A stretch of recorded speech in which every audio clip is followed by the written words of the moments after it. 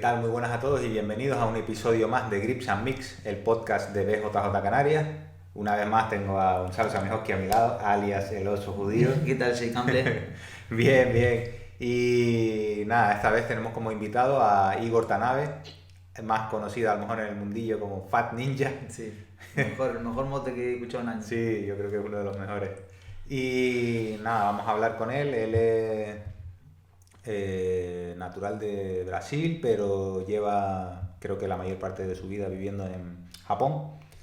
Es cinturón negro de Eduardo Telles. Sí. Y ha recibido el cinturón negro hace poquito. Sí, más o menos un año, ¿no? Me lo decíamos 9 meses, un año. Sí, pero en cinturón morado y en marrón ha hecho un papel bastante espectacular en el ámbito competitivo. Y nada, tenemos la oportunidad de charlar con él, conocerlo un poquito más y también sobre todo preguntarle sobre su experiencia y cómo es el jiu-jitsu en Japón, ¿no? ¿Cómo está? Sí, sabemos que está entrenando con Shigeoki, quien es figura del grappling japonés. Exacto. Como es, a mí yo lo conocí por un capítulo de Flow Grappling que fueron los de Eduardo Telles, conocido por yo también, la Guardia de Tortuga. Y hacían bastante hincapié como que era el futuro, ¿no? De esa academia, así que... Sí, es bastante joven todavía, sí, creo que por tiene eso. 20 años nada más, ¿no? Así que vamos a preguntarle sobre su carrera, sobre eso, cómo está el panorama de Estados Unidos, la comparación con Japón en la actualidad. Claro, y cómo hace también para poder estar ahí compitiendo en todos los eventos y tener que viajar todas esas distancias y demás. Sí. Así que esperemos que les guste. Exacto. Okay, Igor, we'll start. And first of all, we'd like to know how did you come to know Jiu-Jitsu and how was your life before Jiu-Jitsu? Like, I started Jiu-Jitsu really young, so I didn't really have a life before it, you know? Okay. Like, I started Jiu-Jitsu when I was like 16 years old, 6 to 7, right? Okay. So, like, I actually, when I started Jiu-Jitsu, I just like knew how to walk, right? Okay. And, so like, yeah. So the way how I got to new Jiu-Jitsu was like the gym that I first started. They were placed in a place where there was a amusement place, right? Okay. Like I don't know if they have this in like Canary, but here we have like places that has like arcade and like bowling and like billiard. Okay, yeah. And that was a place for the family to go, right? And that was like I think on a holiday, and I went with my dad there, right? Mm-hmm. And then when I went there, I saw these like people like wearing gis and like doing some stuff, but I didn't get any interest in it. Like I didn't want to do it. Like I didn't think I want to do it, right? But inside the training place, there was like now he's my father-in-law, right? Mm-hmm. He's the father of my wife. But then we just knew each other because my dad used to go to like the soccer games, like futsal, Mm-hmm. And they met each other there. And then when my father-in-law saw us, he came talk to my dad saying like, "Hey, bring him to train," But like I didn't want to train, I just like I had friends that did karate and I want to do the karate too, Okay. But because my mom wanted to lose weight and my parents heard that was good for losing weight, they made us say, "No, your mom want to lose weight and like try it too, do it too." Oh, okay. And that's how I started, like because of my mom, because of my mom wanted to lose weight and because of my father-in-law call us, Cool. Igor, this was in Japan or it was in Brazil? Because you were born in no, Brazil. No, that was in Japan. In Japan. I was born in Brazil. Okay. But I came to Japan when I was like 4 years old, like 3 to 4 years old. I came in 2004. Okay, cool. Yeah. Oh, cool. We'll translate this one then. Nada, le preguntamos que cómo conoció el Jiu-Jitsu, como siempre, ¿no? Como empezamos todas las entrevistas. Claro. Y que cómo era su vida antes del Jiu-Jitsu. Dice que antes del Jiu-Jitsu no había nada porque empezó desde muy chiquitito, ¿no? Con 6 o 7 años, ¿no? Empezó con 6 o 7 años. Oh, so one thing I forgot to say, before Jiu-Jitsu, I wanted to be a soccer player. Okay. Yeah. Okay, cool. Quería ser jugador de fútbol. Jugador de fútbol. Yeah. Sí.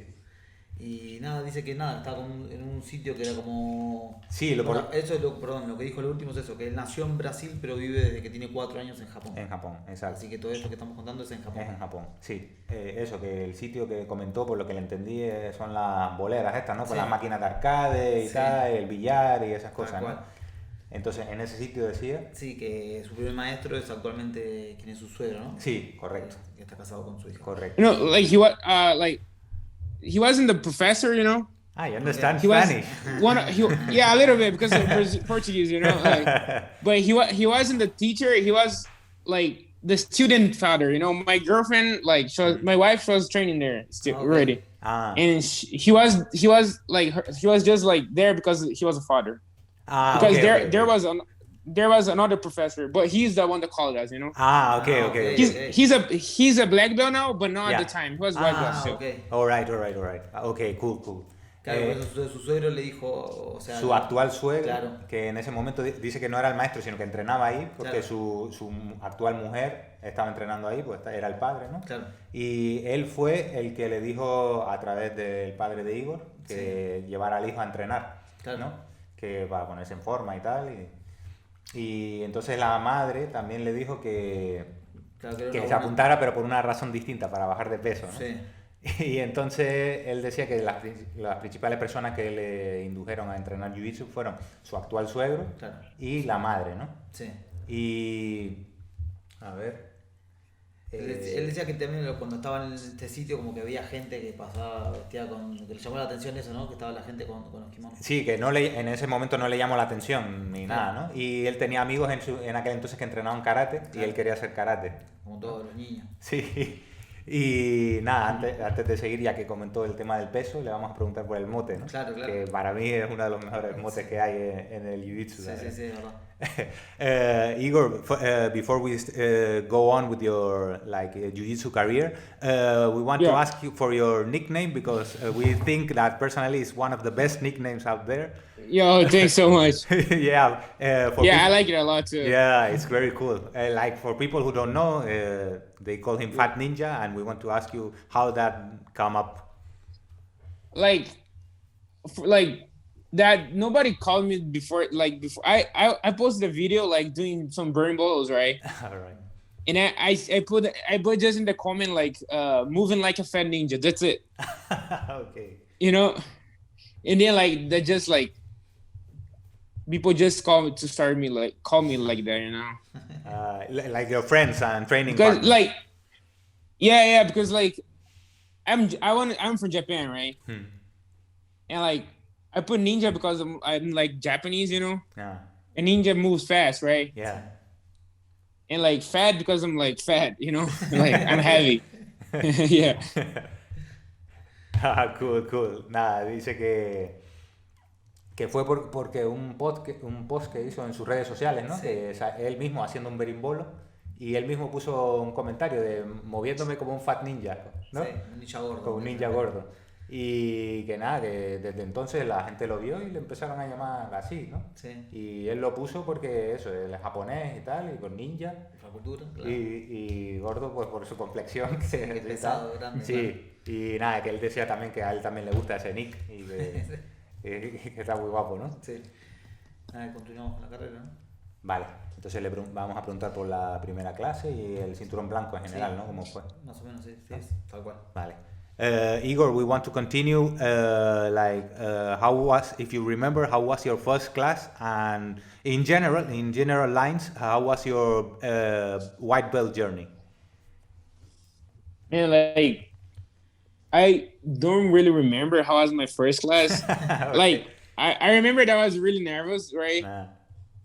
And I remember that I learned Americana. That's it. Okay. Yeah. And my white belt, because I was a kid still, so I got my next belt in a year, right? Because it's fast. Yeah. But I think I competed 3 or 4 times. Yeah, in white belt. I competed my first time 2 months later after I started training. Okay. And I won that one, right? I won that one.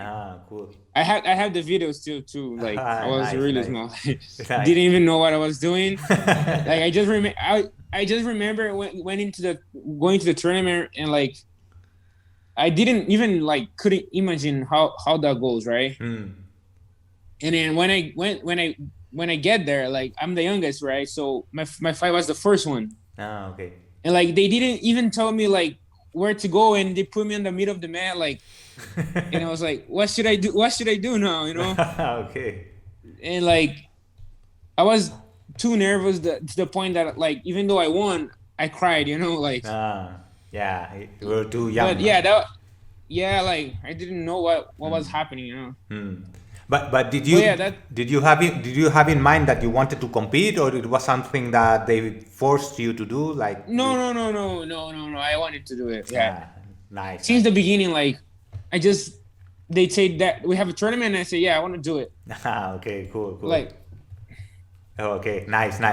Okay. Yeah, and I liked it. Like since there, you know, I think because I won it, you know. Yeah. Okay. We'll translate this one. Okay.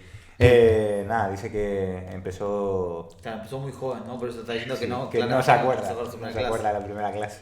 Y claro, como pasó por los cintos de niño, como que estuvo un poco tiempo, ahora estaba un año para cambiar el cinto. Se acuerda que aprendió la americana, ¿no? Sí.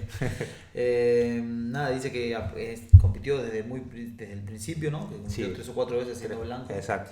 Y que al principio fue como al mes de haber empezado y que ni siquiera sabía lo que tenía que hacer, ¿no? Que estaba muy nervioso. Sí. Y como era niño y la primera, no pudo ver ni siquiera cómo era. Entonces dice que se acuerda que lo pusieron ahí en la media del tatami. No sabía ni qué hacer. Sí, ¿qué hago ahora? Tal. Al final ganó, pero que aún así que se puso a llorar, ¿no? Pero que ganó. Sí. Y nada, y ya le volvió a preguntar a él si lo hizo porque le dijeron que lo tenía que hacer o porque quería. No, que lo hizo porque quería. Y que desde ahí no paró de competir y cree que fue porque ganó. Dice que porque ganó siguió compitiendo. Sí, exacto. Entonces, nada, ahora le preguntamos por cinturón azul. Sí. Vale.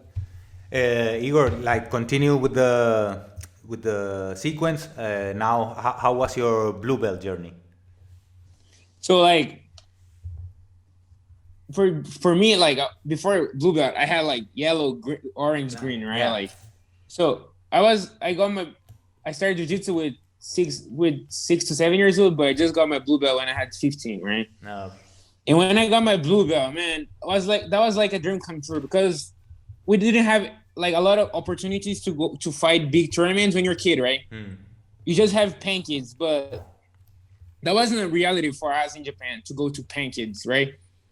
Like I saw people, I used to see a lot of people going to European, right, Pan Ams and like Words, like Word Pro. And I wasn't able to do it, right? Because I was too young. Yeah. So when I got my blue belt and when I like saw and I like got it, and I think I thought with me like, man, now I can fight all these tournaments that I was like hoping for like a long time, you know, because like since I started training, I think in less than half year, I was in my mind like I want to be a world champion, you know. So that was it. So I was working for like almost like 9 years, just like thinking of it, you know, like I want to be a world champion. And when I got my blue belt and I saw that I like now I'm gonna be able to like, you know, realize that dream. Yeah. You know, like going to fight like to the foreigner countries, that was like amazing, you know. And like as a result, I was 2 years in the blue belt. And I won European, I won Pan Ams, I won Worlds, right? So it was really good. It was really good for me. A really good experience. That was a big experience for me. Cool, man. Because my first year's blue belt wasn't that good, you know. I lost Pan Ams, I lost Worlds, I lost almost like every tournament. But that was good for me to see fighting outside of your country is not like sweet, you know. It's good to go. Going is good, you know, but that's not easy as I thought, you know. Yeah. So that made me feel like, no, you have to train more. You know. And the second year was really good. Like I lost European, but I won Pan Ams, I won Worlds, you know. Cool, man. Yeah, my blue belt was really amazing, yeah. Nice. We'll translate this one. Claro, comentaba eso, que como empezó tan niño, pues pasó por todos los otros cinturones colorados. Sí. Exacto. Entonces, una vez cogió el cinturón azul. Que claro, pues, eso fue a los 15 años, estamos hablando que fueron 9 años, Andrés. Claro. Y entonces, desde ese entonces ya dice que tenía claro que quería ser campeón del mundo, ser uno de los mejores, ¿no? Claro, recordaba esos 9 años de entreno pensando en eso, que él quería ser campeón. Y que claro, el ser azul, que fue con 15, es le da la oportunidad de ir a otras competencias, ¿no? Porque de niño en Japón no hay competencias, el Pan Am Kids. Claro, no tiene oportunidad de niño de ir a competir. Exacto. Y nada, que diferenció el primer año en cinturón azul y el segundo, ¿no? El primero dice que no ganó nada, aunque se presentó al Mundial, al Europeo, Pan Am, pero que no se imaginaba que el hecho de viajar y competir y tal, y salir de tu zona de confort fuera tan diferente. Entonces, lo que hizo fue replantearse que tenía que entrenar más fuerte, ¿no? Tenía que entrenar más. Claro, entonces en el segundo año, cuando ya con la experiencia, va y es cuando gana el Panamericano y el Mundial. Exacto.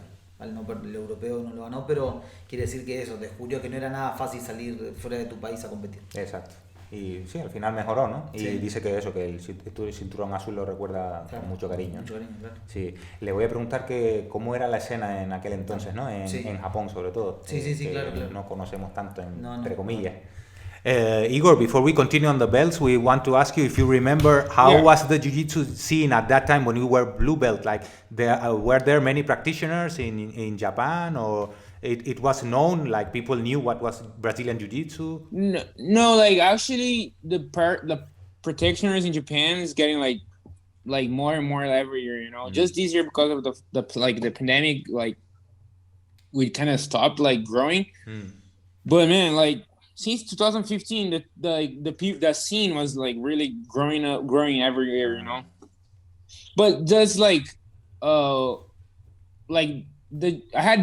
have a lot of tournaments here, right? Like when I was blue belt, I fought like more than 20 tournaments.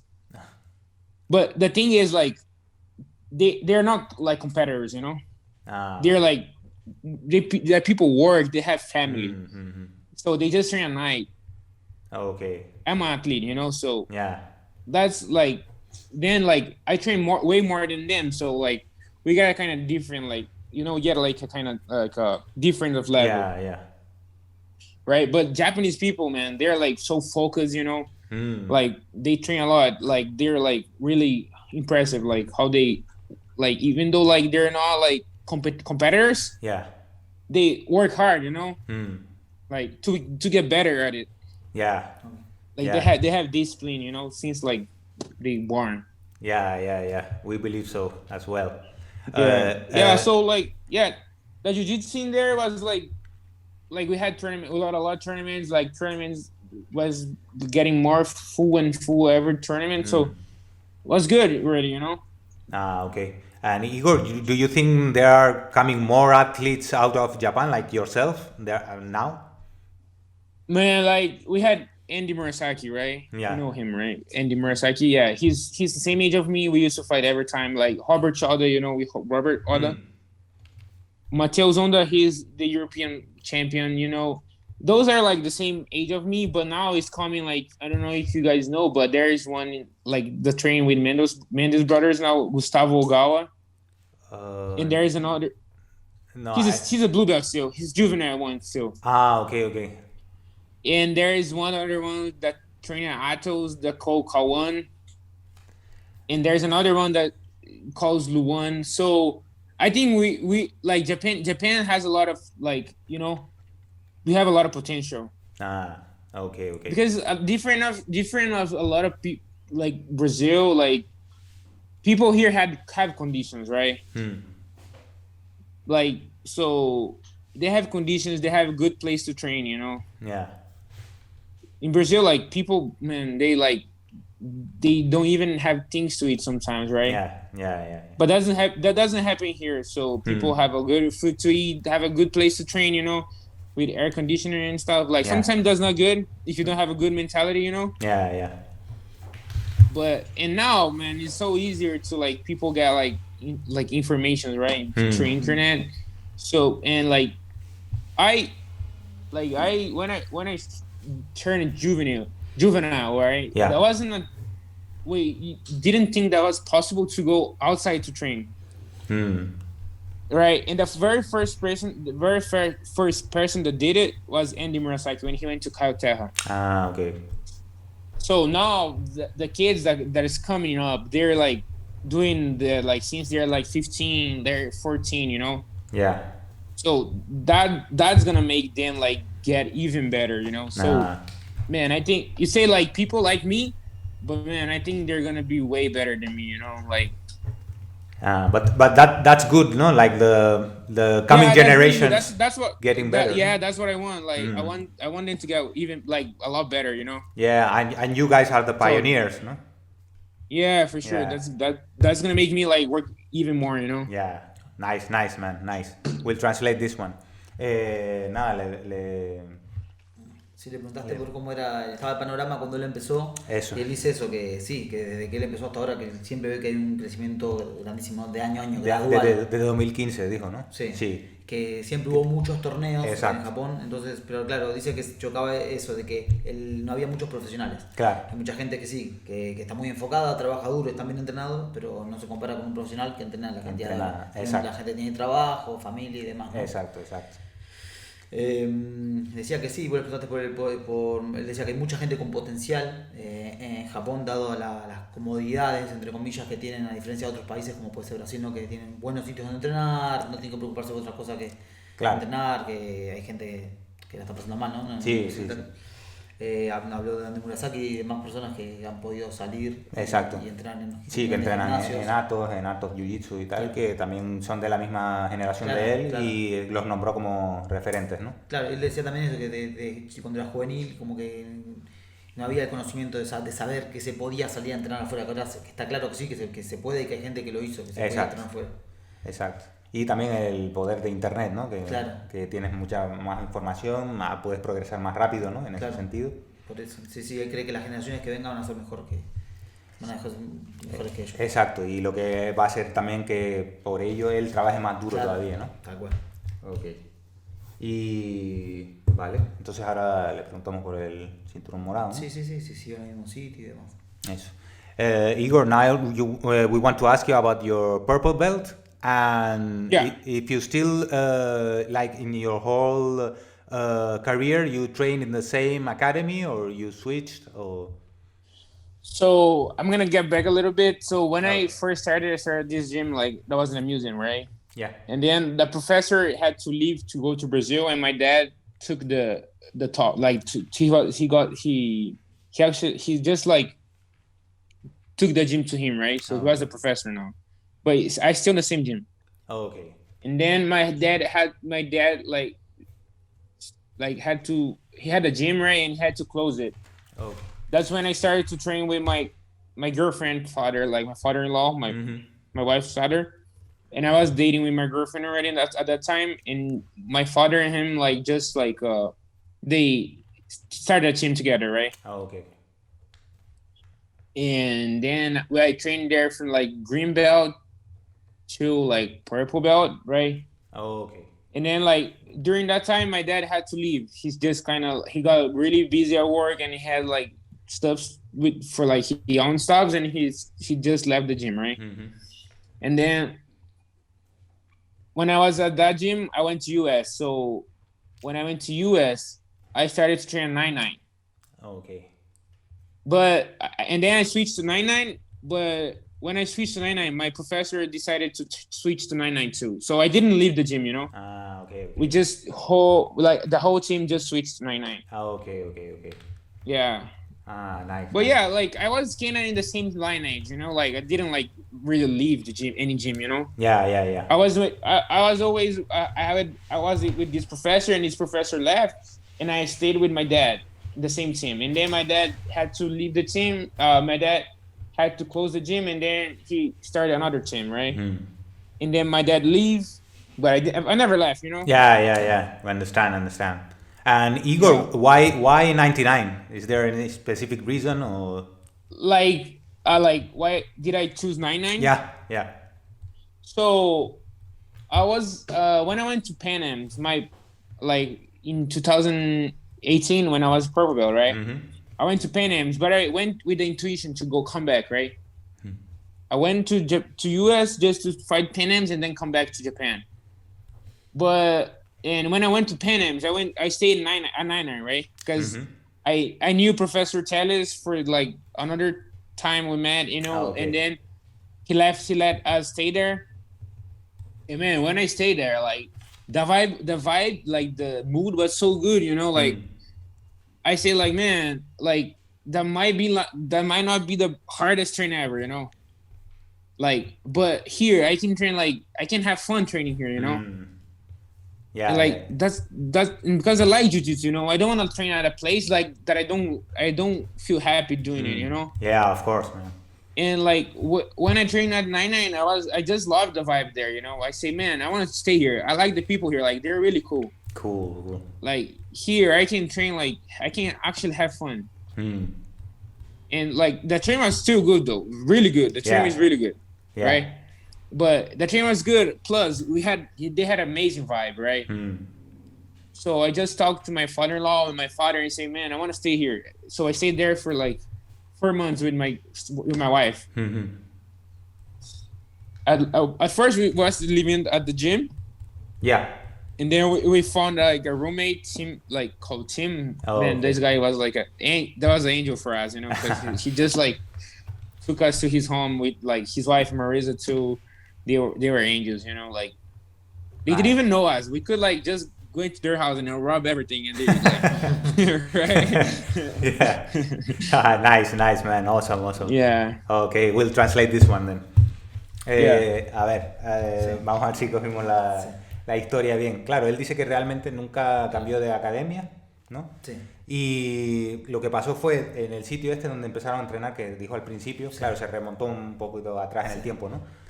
El profesor que estaba ahí, en el sitio este de la bolera, esta que dijimos, pues ese se marchó. Entonces, claro, entonces el padre fue quien tomó las riendas y él es el que empezó a dar las clases, ¿no? Sí. El padre. Después, hasta que llegó a cinturón morado, ¿no? Si no me equivoco. Después en cinturón morado el padre tuvo que atender otros problemas y tal, y entonces no pudo seguir dando las clases, ¿no? Claro. Entonces él empezó a entrenar con quien es su actual suegro y con su mujer, ¿no? Allí. Vale, y entonces ese fue estando en Japón, ¿no? Claro. Y después el tiempo que fue a Estados Unidos, que fue para competir en Pan Am's, pues se quedó en 99, ¿no? 99 Jiu-Jitsu, que es la academia de Eduardo Telles. Sí, que ahí le preguntaste cómo conoció y te dijo que fue en los Pan Am's. Sí, y ya habían entablado contacto y entonces decidió eso, quedarse ahí un tiempo, ¿no? Ahí, él tenía pensado ir allí, competir y volver, pero fue ahí, entonces decidió quedarse más tiempo. Al final se quedó 4 meses entrenando. Lo que dice que habla muy bien del gimnasio, ¿no? Como que sí, que el entrenamiento es bueno, es duro, pero que las vibras, ¿no? El ambiente que hay y lo bien que se la pasó, se dio cuenta que se divertía entrenando ahí. Sí. Y que quería que por eso fue que se quedó 4 meses entrenando. Sí, y que nada, al final él y la mujer se quedaron ahí entrenando. Al principio dice que se quedaban a dormir en el gimnasio mismo, claro. Pero después no me quedé con el nombre sinceramente, pero que nombró a una pareja, creo que le ofrecieron alojamiento en su propia casa, claro, que dice que que dice que fueron unos ángeles, que dice que si queríamos podemos haber robado todo y marcharnos y tal. Y nada, eso, hacer hincapié en que nunca dejó gimnasio, que siempre es el mismo linaje, ¿no? Sí, porque después su suegro también se unió a 99, entonces digamos que todo el mismo gimnasio. Exacto, claro, siguieron en la misma línea, ¿no? Sí. Y sí, me gustaría recalcar eso, que dijo que nosotros también le damos mucha importancia, ¿no? El ambiente, aparte de que tenía un buen entrenamiento, pues que había un gran ambiente y la gente... Claro, exacto. De pasarla bien. Exacto. Vale, ahora le vamos a preguntar por el cinturón. Bueno, voy a preguntarle un poquito, que nos diga un poco más en detalle, más información de cómo es Eduardo Telles. Vale, está perfecto. Sí, después si quiere le preguntamos. Sí. Okay, Igor, we want to ask you like a bit more specific. How would you describe Professor Telles? Man, he's just amazing. He's just an amazing person. Like, man, I never seen nobody says a bad thing about him, you know? He has amazing, like, have a great, like, energy, you know. Stay with him, you just like feel good things, you know. And like he's a guy that like he he wasn't able to win like the gi world champion. That is my dream. But man, he did a lot of stuff in jiu-jitsu. He's a legend, you know. Yeah. So he knows what I have to do to be there, you know. Yeah. So he's a good mentor. He's a good friend. He's like a father for me too, you know. He just took us in US to like he could say like, no man, you can't say like, you know, but he said no, stay there, like, you know, he really took care of us, you know, let us like teaching like eventually, you know. Awesome, man. Awesome. Man, it's really amazing to represent 99 and like say that I'm like black belt of Eduardo Telles, you know. But not because of like what he did in the sport, you know. It's not because of like he's a no-gi world champion. That's not like that. Just because the person he are, you know. Yeah. He's such a good person. Yeah, we understand, man. We understand completely. Yeah. Ok, entonces dice que es una persona increíble y que lo que valora más no son los títulos que ha ganado ni nada, ¿no? A nivel competitivo le queda el mundial en kimono, pero que, bueno, que es un objetivo que él quiere, Igor quiere conseguir, pero que lo valora más por la persona que es, ¿no? Sí, habla eso de que no puede decir nada mal y no conoce a nadie que pueda decir nada mal de Eduardo Telles, que es un amigo, que es un mentor, que lo trató como un padre. Un padre también, ¿no? Que lo acogió en Estados Unidos, que perfectamente le puede haber dicho no te quedes aquí, o no puedo alojarte y tal. Pues no, dijo, ven aquí, quédate aquí, no hay problema. Y eso, que está orgulloso de representar a 99 Jiu-Jitsu, no por los títulos ni nada, ¿no? Eduardo Telles ha sido campeón mundial no-gi y tal. No, dice que no por eso, sino por la persona que es, ¿no? Tal cual. Vale, ahora. Hemos hablado un poco más de las competencias, ¿no? Lo que ha competido. Vale. Igor, we want to ask you like your competitions in purple belt. Which competition you remember like the most important or most like you have close in your heart? So like starting from purple belt, I won like big tournaments. You know, I won like I started competing in Japan, and I won like the All Japan. That is like the biggest tournament in Japan, right? Like like All Japan, and like I had some losses too. Like I lost to Jonathan Alves. Okay, yeah. I fought Jonathan Alves, and I lost to him. Like I fought Reda Meptush, you know, like the first time I fought him, like he killed me. Like he passed my guard 3 times. I say, what the hell? Like how the heck someone can pass my guard like that, you know? I used to think like my guard was like impossible, you know, like, but that was good for me. Like that was a good loss, you know? Like eventually that was my last loss in Japan, you know, like since then I didn't lose in Japan anymore. Like that was in like 2017 October or something like that. Okay. Right, and then I started, and then like the New Year came, and I started the IBJJF competitions, right? And I first fought Europeans, and I got third in the weight class.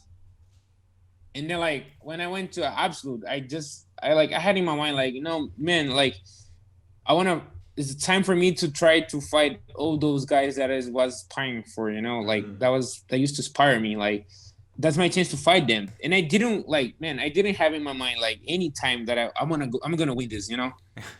I wasn't even thinking that I was going to win the first match. And like I fought and I got in the finals, you know, like I lost the final, like the guy killed me, but and then that was good because I just saw like, man, I shouldn't be like you know, thinking that those guys are better than me, you know. Like I'm the same of them, you know. I can't like keep thinking like, oh, those guys are good, and like I'm good too, you know, like. Yeah.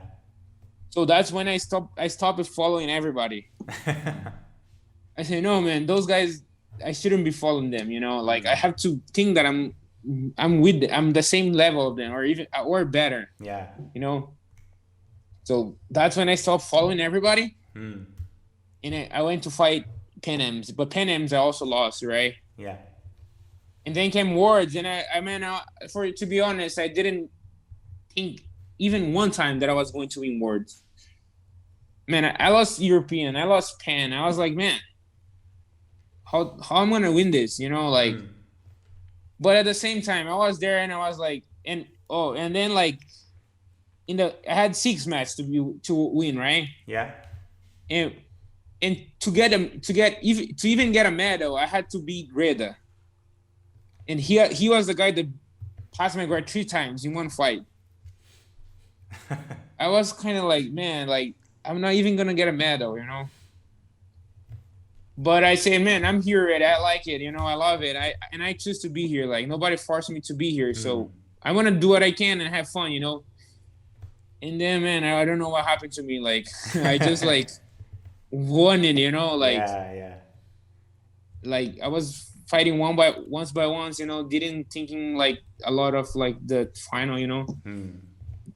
I was really having fun, you know. I was like doing my jiu-jitsu, didn't like hold anything, you know. I was just like flowing, you know. Yeah, I believe you mentally you were good, no, and you were sharp and not thinking all the negative things. Like, no? Yeah, like I was just like, man, I'm here. I want to win. I'm gonna do like the best I do to win, you know. Like a lot of like people like, you know, help me, like my parents, my father, my parents-in-law, you know, my wife, like my professor. Like if I can't believe myself for me, I have to believe for them, you know. So that's what like make me win, I guess.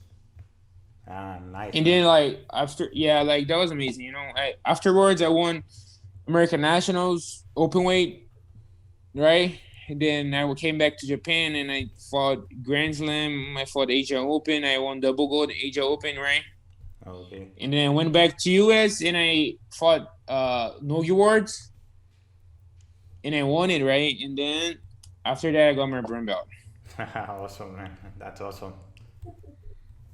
Okay, nice. We'll translate this one. Nada, empezó diciendo que cuando cogió el morado, pues que compitió mucho en All Japan, que es la competición más grande que hay ahí, ¿no?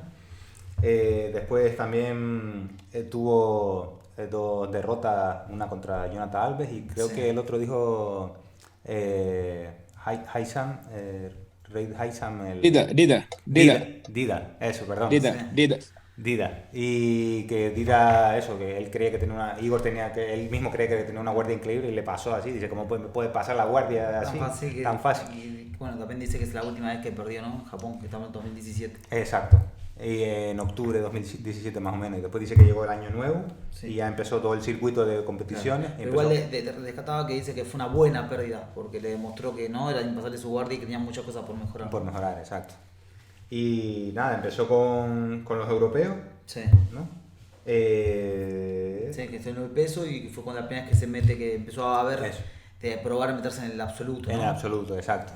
Y que la gente que le había tocado, que estaba en su bracket, pues era gente que él seguía y que él decía, ya voy a competir contra esta gente, ¿no? Sí, que le sirvió para darse cuenta que él era igual, a los demás y incluso mejor. Exacto, porque él siempre estaba dudando, me tocaba y tal, como que siempre lo había visto ahí por encima y decía, no, si yo estoy en el mismo nivel que ellos, y compito contra ellos. Tal cual. Y al final, por lo que le entendí, dijo que dejó de seguirlos en las redes sociales, ¿no? Totalmente. Una vez que acabó la competición y eso, dejó de seguirlos totalmente, se enfocó en sus entrenamientos y así siguió para adelante. Perdió los Panamericanos. Tal cual, siguió compitiendo. Eso. Claro, y después que él llega al mundial con el pensamiento de decir, perdí en Panamericano, ¿qué voy a hacer? ¿Qué voy a hacer en el mundial? Tuvo 6 luchas durísimas. Sí, ni pensaba que iba a ganarlo, ¿no? Sí, tal cual. Sí. Le tocó otra vez con Rida, ¿no? Que le había pasado todo el tema que dijimos de pasarle la guardia y tal, y claro, estaba diciendo, pero si este tío me pasó el trapo antes y ahora me toca otra vez. Pues que nada, que decía un poco eso, que el cambio y el enfoque de mentalidad. Tal cual. Eso, que dice que dijo una frase que está muy buena, que si él no creía en él, por él mismo, que empezaba a creer en él por lo que los demás piensan por de él, los ¿no? que le apoyaban. Por su entrenador, por su familia. Exacto. Y por todo lo demás. Exacto. Y eso, perdón, y la mentalidad esa de que él eligió estar ahí, que él está ahí, que él iba a hacer lo mejor porque él podía, que nadie lo obligaba a estar ahí. Sí. Esa mentalidad también creo que lo ayudó. Sí, y ganó el mundial en kimono. Hay unas imágenes espectaculares de Igor celebrando y cómo es el momento ese espectacular. Y nada, después de eso pues fue a Estados Unidos en la American National, ganó el Open, al absoluto. Después en Asian Open, doble oro. Sí.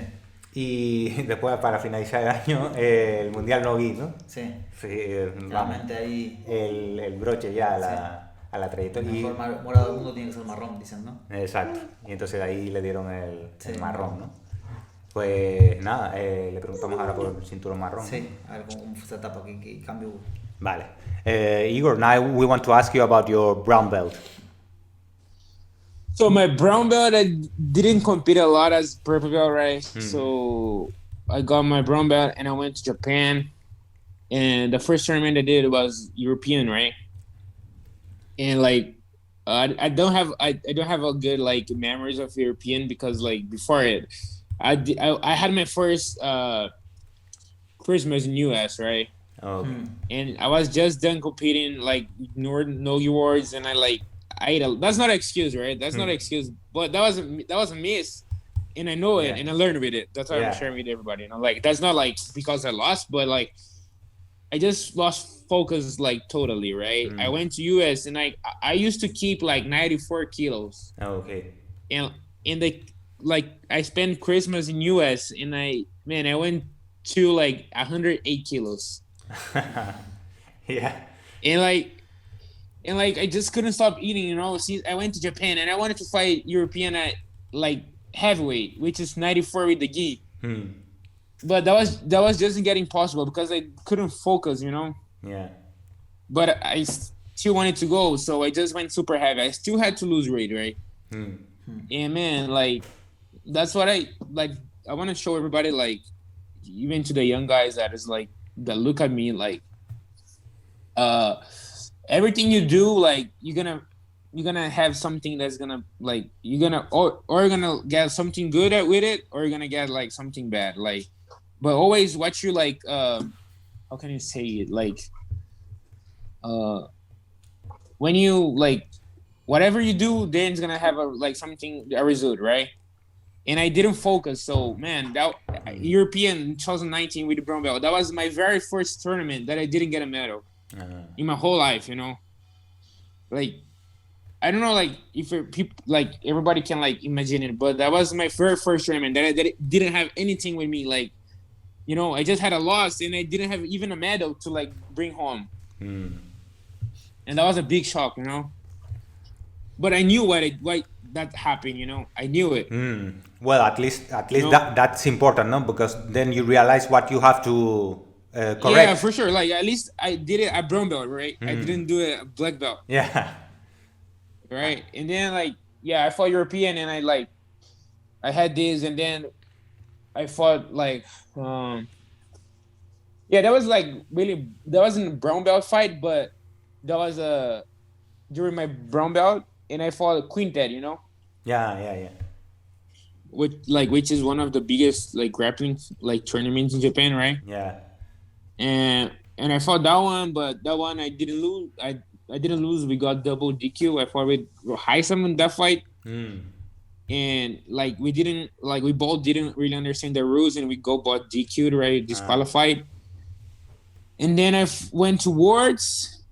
I didn't fight Pan Ams this year because I choose to stay working because I wasn't training good, you know. I was working, so I preferred to stay working in Japan, and I make money to prepare myself better to, you know, to go to US and fight Worlds in better conditions, right? So I fought Worlds and I got third. And then that wasn't like I see my fights and I didn't think that I fought good, you know. I don't really think that was me. Okay. Right. I don't know what happened to me. I look at my fights at brown belt and I don't think how that was me, you know. I was too like calm, you know.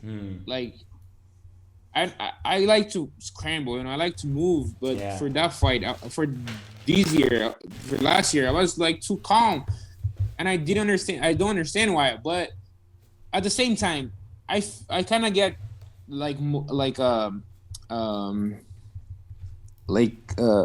secure. Like even though I wasn't my best version, right? My best version, I got to be in the third place.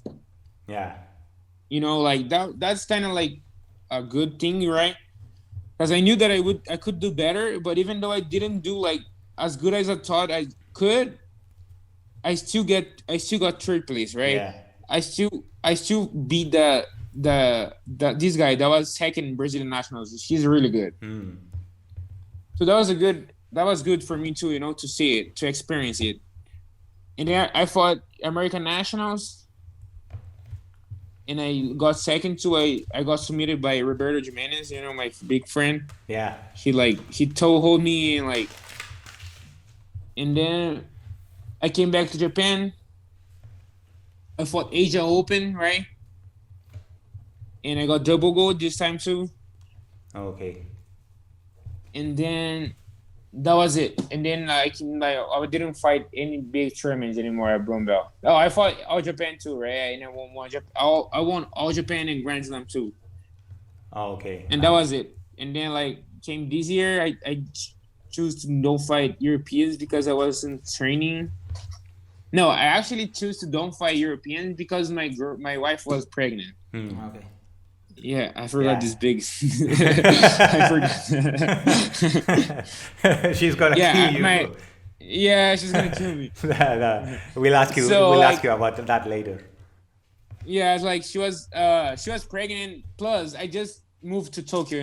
I live in a small place in Japan called Mie. Nobody knows it. And when I want to you guys gonna want to ask it after about my moving to Tokyo. Let's talk about it after. Okay. And then that's a long story too. And then I didn't fight Europeans. And then my plan was to go to Worlds, but then they canceled it. So I think that's why my professor gave me a black belt. Because we don't know when the tournament is gonna get back. We didn't know, right? Now we have pens, but we didn't know, so that's why I think I got my black belt, But my plan was to fight another Worlds as a brown belt, this year. Yeah. And win it, win it, and then get my black belt, But it is what it is, right? Yeah, man. Yeah. Okay, nice. We'll translate this one then. Okay. Vale, en cinturón marrón, él dice que en general empezó diciendo que no compitió tanto y que volvió a Japón, ¿no? Y nada, la primera competición era, la primera era europeo, que dice que no tiene un buen recuerdo. Claro, dice que fueron sus primeras fiestas en Estados Unidos también. Sí, las navidades, ¿no? Sí. Dice que no es excusa, pero que... no estaba enfocado. Sí, exacto, que pasó eso y nada, dice que se supone que competía en heavyweight, en 94 kilos y había subido a 108, dice. Sí, 108. Y aún así compitió en super heavy, ¿no? Sí. Pero que tenía que bajar peso y bueno, que le sirvió, es un error del que aprendió. Sí, porque por lo que dijo fue la primera vez que no sacaba medalla en un evento grande, ¿no? Eso no fue más adelante. No, vale, sí, correcto. Sí, y claro, que lo duro que era para él eso, ¿no? Claro, fue un shock, digamos, ¿no? Que fue algo a cambiar, ¿no? Como que... Sí, que siempre había venido ganando al menos una medalla y ahora sí, sin medalla. Pues eso sí le chocó un poco, ¿no? Sí. Después también compitió en Quintet, ¿no? Sí. Que también le tocó luchar contra Haisan. Sí. Y fueron descalificados ambos los dos porque hicieron algo que no era reglamentario. Sí, no entendían bien las reglas. Exacto. Y después no compitió ese año en Panams. Sí, no compitió en Panam porque dice que sentía que tenía que prepararse mejor para el mundial, que no estaba en su mejor momento. Eso. Y prefirió dedicarse a entrenar. Vale.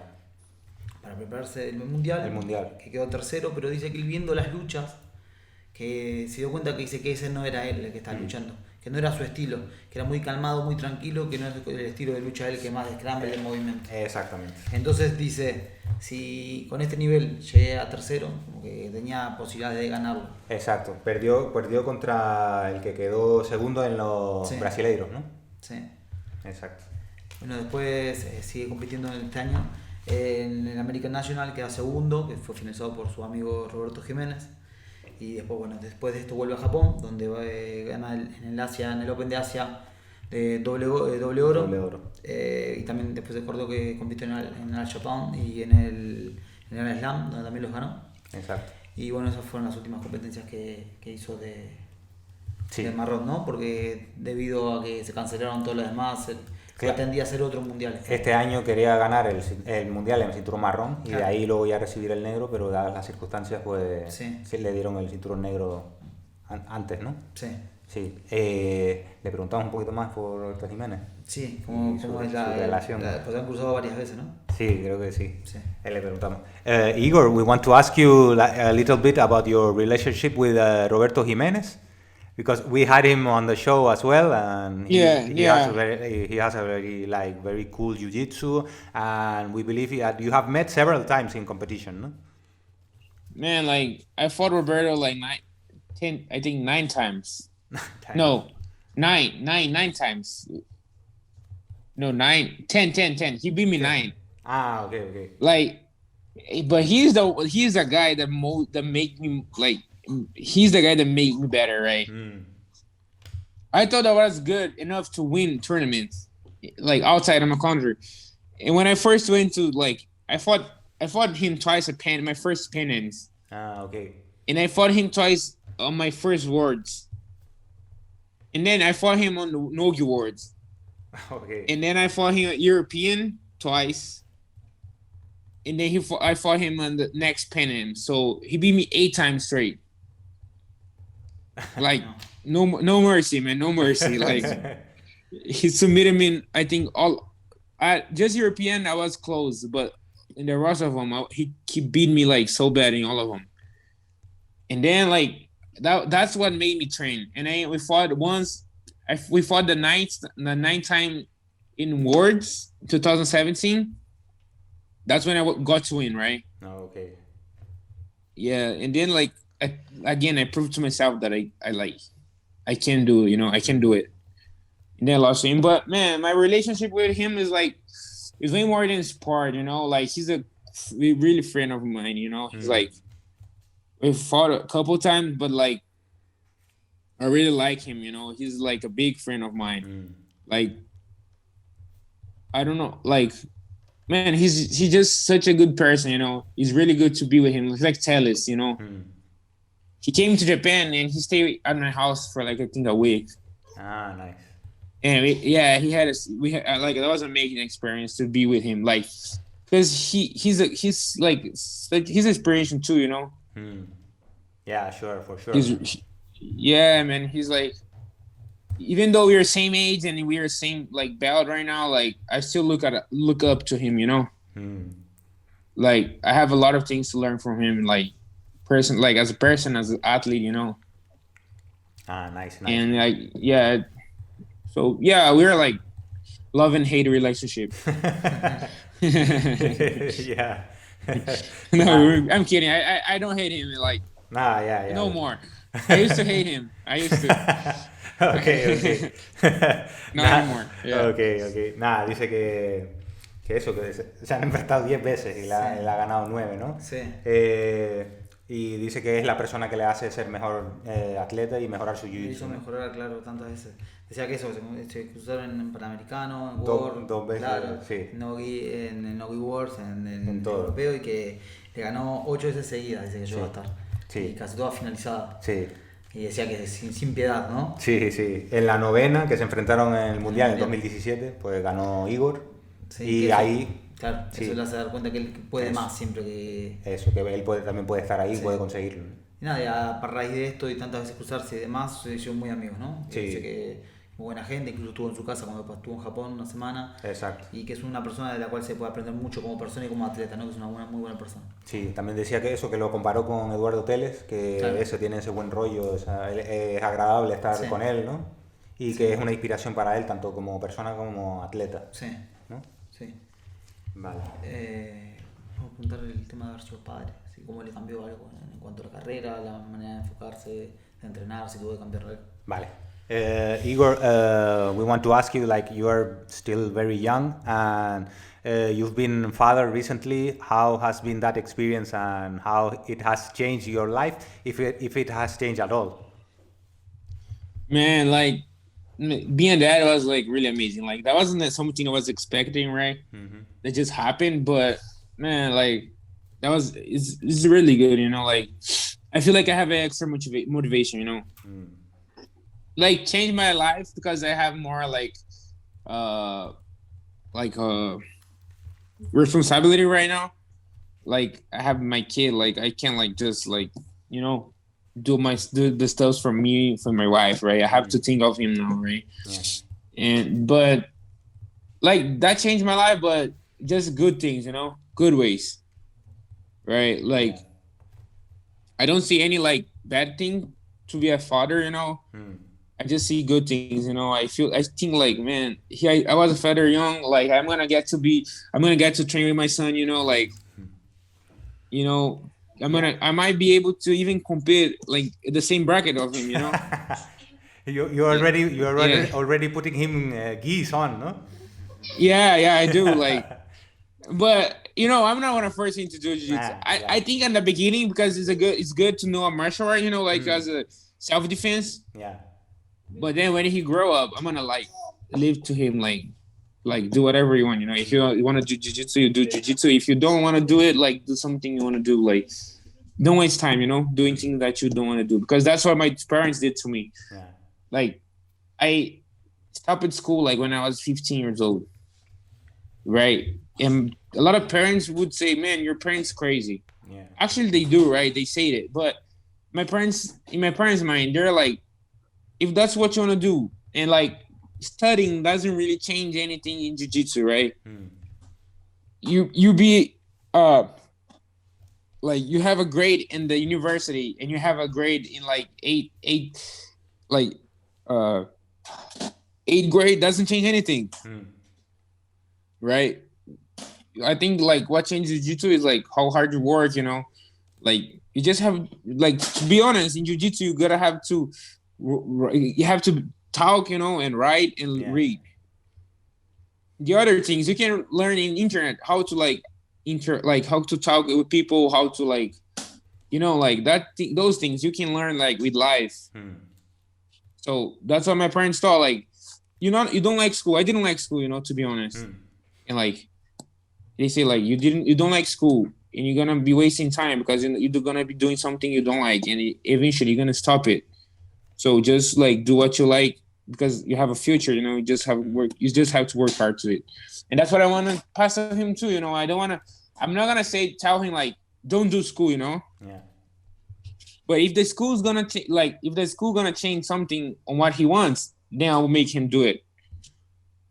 But for example, if you want to do jiu-jitsu, and I see like, because for me it was different because I had to work too, to pay my own stuff. That's why I wouldn't be able to study and like training and like work, Yeah.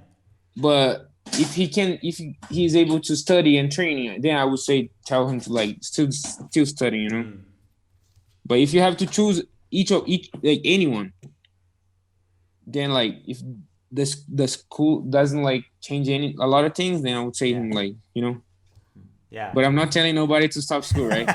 Okay. Yeah. We understand. That's not what I want to say. Like, I just want to tell like people to like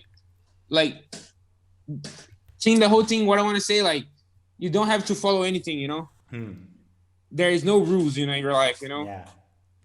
The only rule you have is like what is wrong and what's right. Like, if I do it, you're gonna that's a crime, or if you don't do it, that's not a crime. That's the only thing you have to follow. Yeah. Right? Like. Yeah. Okay. Cool, man. Yeah. Awesome. Shout out to your parents, because not all parents agree or see the things the way your parents did. So shout out to them. I think that's because like they knew like how I like jiu-jitsu and how I would work hard for it, right? Yeah. Like, I think if they saw like that I wasn't going to do it like how I wanted, just like I wouldn't like train as much as I say that I would, Yeah. They wouldn't let me, but they knew it, right? Yeah. They saw you went 100%, no? That's fine.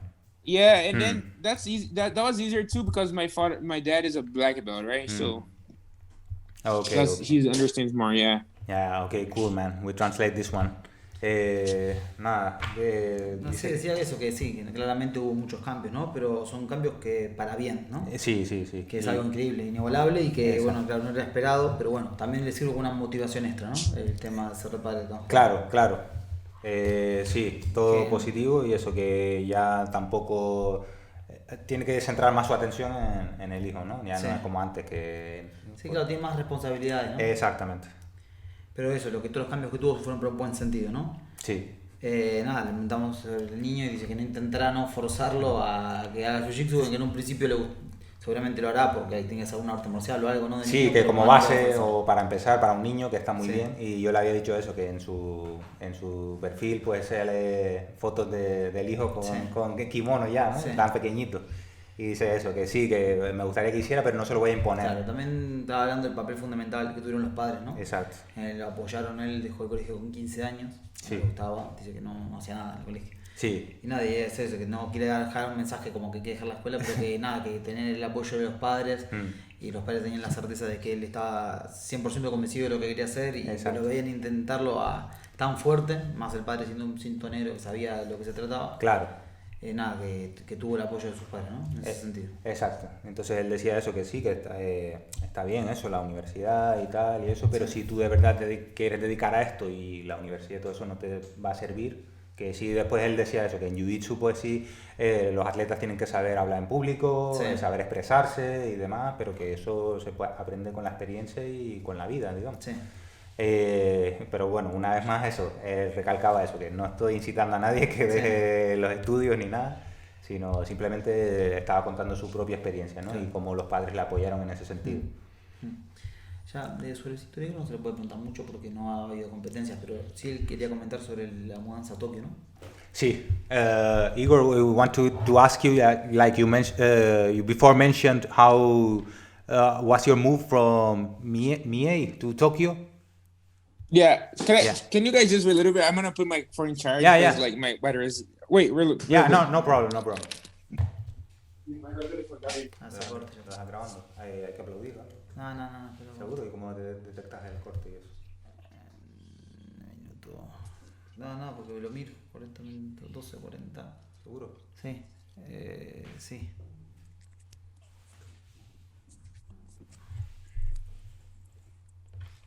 Vale, pero el corte está bien porque yo hice la pregunta y él paró. Entonces entras con su respuesta. Sí. I think like the song's gonna be really little worse because I just took out the headphone. Is it fine? Can you guys hear it? No. Yeah, it's fine. Yeah. So like my move to Tokyo was like how can you wait? My son is playing with the dog food. What? Okay, so I when my at first my plan was to move to US, right? Mm-hmm. But then my wife got pregnant and then I started to think like that might be hard, right, to move to US with a son, like a small son. Like we just asked, we can like, you know, we can stay anywhere and like we can struggle a little bit, right?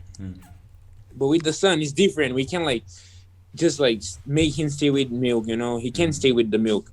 So I started to think like how I'm gonna live with jiu-jitsu. I didn't want to give up jiu-jitsu, you know. And if I stayed in Mie, where is my hometown, I would have to do it. I would have to work like with everybody, like in the like factories. Yeah, like where that's what people do where I live. Like all of the people work in the factory because there's a lot of factories. Oh. And I just decided to move to Tokyo because here's like where the jiu-jitsu marketing is really good, right? And that was in that like man, but that was a crazy decision too because like I have a salary from the gym I teach, but that's not a salary like you can survive, right?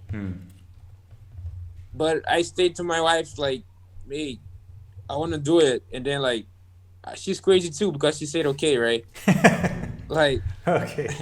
She didn't even know like if she was going to eat, but she said okay. Like, you know, and that's what I'm grateful to her too, you know, because she always like follows me, you know. She never tell me like stop. Like she's like, if you wanna do it, then like let's do it. But yeah, and then like say I just like challenge myself, you know, because I knew like if something happened, I just have to go back to my hometown and work and do what I was supposed to do, right? Yeah. So I just challenged myself and say, now let's try it. Like my wife was pregnant still, so my son didn't born yet. So like I won't say that like she could stay like she could like struggle, but it's a little cheaper, right? Yeah. And then we came, and like the beginning was hard, but then I found a work, and that work is just easy for me because like I can work and stay still training, you know. Yeah. And like things getting better. I got like more classes to do. So now, like in Japan, like in Tokyo, like the expense is really high, right? Because like it's in the center of Japan.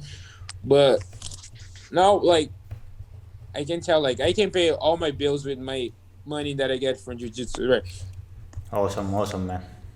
And I have extra work that is I carry, you know, woods like the carpenter. They make houses, right?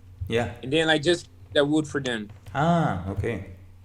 I work with that, and then I work with jiu-jitsu, but it's getting better, you know. Like I feel like in 1 year I will be able to just like work with jiu-jitsu. Okay. Well, still carrying the woods is kind of a workout for you, no? Or no? Yeah, for sure. Like my shoulder, the pump of the shoulder is amazing. Nice. Okay, we translate this one, Igor. Nada, dice que al principio la idea era mudarse a Estados Unidos, ¿no? Pero eso, con un bebé y tal, en camino, pues era mucho más difícil, claro. Era mucho más difícil. Entonces, tenía la posibilidad o de quedarse en su ciudad, en Mie. Sí, que hubiera sido lo más fácil, ¿no? Dice quedarse en Mie. Y eso, trabajar en las fábricas, que es lo que hace la mayoría ahí, dice. Tal cual. Pero él quería de alguna manera seguir teniendo ganancias, un sueldo, pero sin dejar el jiu-jitsu. Claro.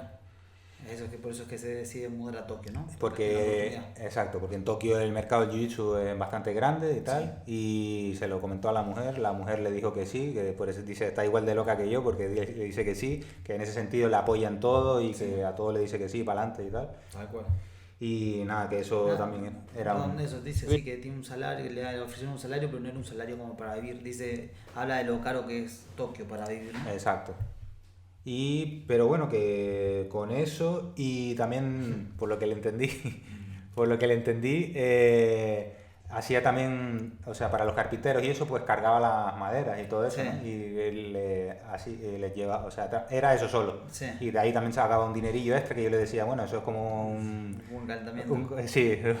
La preparación física para ti. Y él dice que no, los hombros los tengo. Sí, dice que con el tiempo tuvo la suerte de que le fueron poniendo más clases y eso también ayuda a pagar prácticamente todo, ¿no? De salario. Exacto. Pero nada, que él ve más o menos como ya la cosa que de acá a un año más o menos va a poder dedicarse completamente de jiu-jitsu, ¿no? Exacto. Si sigue creciendo, gimnasio y tal.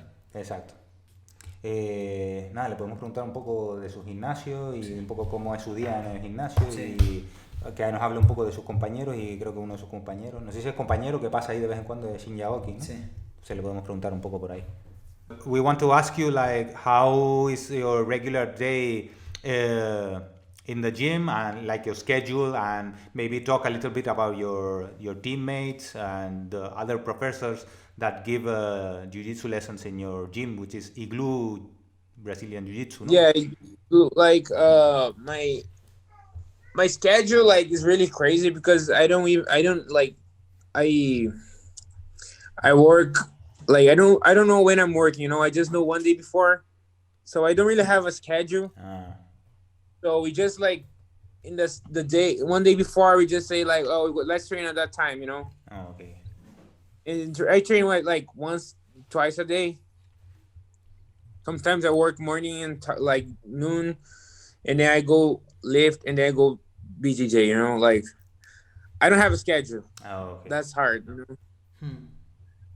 Like it's just like we just decide everything one day before. Okay. But yeah, go ahead. I train at least once, you know, or jiu-jitsu or lift or I do both, you know. Okay. And what about your teammates? Like, Honestly, we don't know the other names, but one of the big names that are with you is Shinyaoki. Yeah, he teaches there. You know, he's not really like a teammate. He's just an instructor. In okay. you know? But yeah, I train with him. He's really good. You know, like he's wall wrestling, like the wrestling in the walls, like in the cage is crazy. He's cage wrestling, right? Cage wrestling. Man, you put him in the cage wrestling, he can move for like the whole fight, the whole sparring. Yeah, even though he's like more than 20 kilo lighter than me, he's crazy. And we also have like this guy called Kenya Yamanaka. He's like he trains with Lucas Lepri. Like sometimes, you know, he's really good. He has like a pressure passing. Like, man, his pressure is like he has 200 kilos.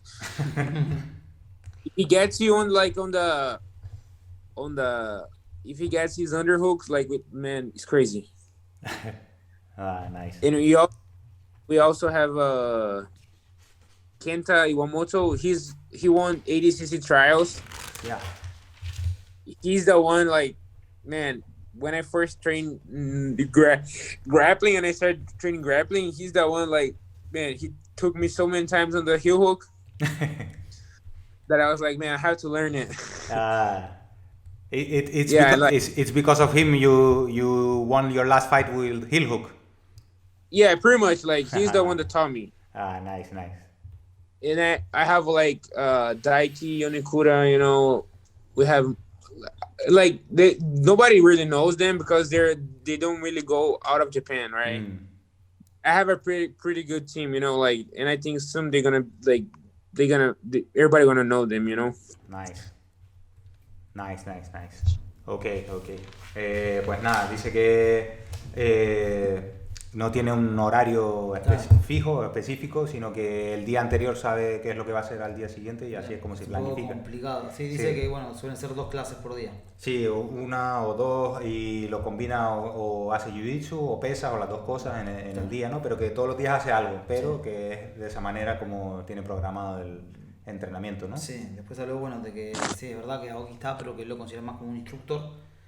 Y nada, que sí, que pesa no sé cuánto, como 30 kilos menos que él, pero que es impresionante cómo trabaja más sobre lo que es el jaula, ¿no? Sí, eso, que empezó a hacer wrestling en la jaula y lo mantuvo ahí, no pudo moverse en todo el tiempo, ¿no? Sí. Después también nombró a Yamanaka, que es de Lucas Lepri, y que eso, el estilo de amasar, de presión, ¿no? Sí, de que parece que tiene 200 kilos. Sí, dice que si te coge una esgrima es imposible. Que te aplasta, después de hablar con Kenta Iwamoto. Kenta Iwamoto, que ganó los trials de ADCC. Dice que por ende es buenísimo atacando las piernas, que las primeras que compitieron, que más allá de también nosotros mucho más ligero que él, dice que lo llevó a posiciones como 20 veces. Sí, de hecho yo le pregunté que si la última superfight que tuvo Igor, que si fue por Kenta Iwamoto que ganó por heel hook, y dice que sí, que todo lo que ha aprendido de heel hook es de su compañero. Nada, en general está muy contento con el equipo que tiene, no se han dado a conocer mucho porque no han salido mucho fuera del país, pero dice que van a dar que hablar, que va a ser un equipo del cual se va a hablar mucho. Sí. Así que nada, eso, y que también eso, hemos visto que él dice que tiene buen entrenamiento, que tiene buen nivel, que puede estar entrenando muy bien. Exacto. Nada, le decimos si él tiene algo más que añadir, ¿no? Sí. Igor, I think we have covered a lot of the topics we wanted to talk with you. Is there anything else you want to add or want to say, anything? No, just want to say thank you to you guys for the opportunity, right? That was really good talking with you guys. It was an amazing experience. Yeah, same here, man. Thanks. Hope I can go to Canarias someday. Like, we would like to. You are more than welcome. Yeah, for sure. Like, how what color are you guys belt? Like, he's brown belt, I'm purple belt. Oh, cool. You guys, like, where you guys train there? Actually, it's a local gym. Like, you guys have a lot of gyms in Canaria, or no? A lot. We have a lot. Yeah. I want to. There. I was some pictures. It's really beautiful, huh? Yeah. The main attraction is weather, beach, good food. Yeah. All the bad stuff. All the bad stuff for jiu-jitsu. In off season, right? Sorry. I have to go there in off season. Yeah, sure, right. Ya, nada, dice Igor que eso, que muchas gracias por haberlo invitado, que se la ha pasado muy bien y tal. Y que nos preguntó qué cinturones éramos nosotros. Y le dije que panorama un poco también. Sí, le dije que Gonzalo es marrón, yo soy morado. Y que me preguntó que si hay muchos gimnasios en las islas. Y le dije que sí, montones, hay montones, ¿no? Sí. Y que nada, que él dice que le gustaría visitar algún día las Islas Canarias. Bienvenido. Sí, que es más que bienvenido. Y que aquí hay de todo, hay buen tiempo. Preguntó por las playas, digo, sí, playa, buen tiempo, buena comida. Y digo, todo lo malo para el jiu-jitsu. Dice, sí, tengo que venir fuera de temporada, entonces, ¿no? Tal cual. Sí. Entonces nada más, cerramos con esto, ¿no? Igor, I think that's all. Thank you very much. Thank you guys. Thank you. Thank you. Take care. Bye. Have a good one. Bye. Yeah, bye.